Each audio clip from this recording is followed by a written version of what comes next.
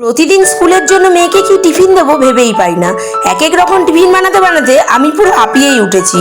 আজকে ভাবলাম যখন ঘরে একটু চিকেন রান্না করা রয়েছে তাহলে বরঞ্চ বানিয়ে ফেলি চিকেনের পুরভরা কচুরি। প্রথমে আমি নুন, চিনি আর একটু সাদা তেল দিয়ে ময়াম দিয়ে ময়দাটাকে ভালো করে মেখে একটা ডো তৈরি করে নিয়েছিলাম। তারপরে ছোট ছোট করে কেটে ওর মধ্যে থেকে আবার দুটো তিন লেচি বার করে নিয়েছিলাম। এরপর কড়াইয়ের মধ্যে সাদা তেল দিয়ে আমি পেঁয়াজ কুচি আর লঙ্কা কুচিগুলোকে দিয়ে দিয়েছিলাম। আর পেঁয়াজ কুচিটা একটুখানি হালকা ভাজা ওর মধ্যে চিকেন যে রান্না করা ছিল সেই চিকেনগুলোকে হাতের সাহায্যে একটু ছাড়িয়ে নিয়ে ওর মধ্যে দিয়ে দিয়েছিলাম। আর দিয়ে দিয়েছিলাম একটু নুন, একটু বিট নুন, চাট মশলা, মিট মশলা আর একটু ম্যাগি মশলা।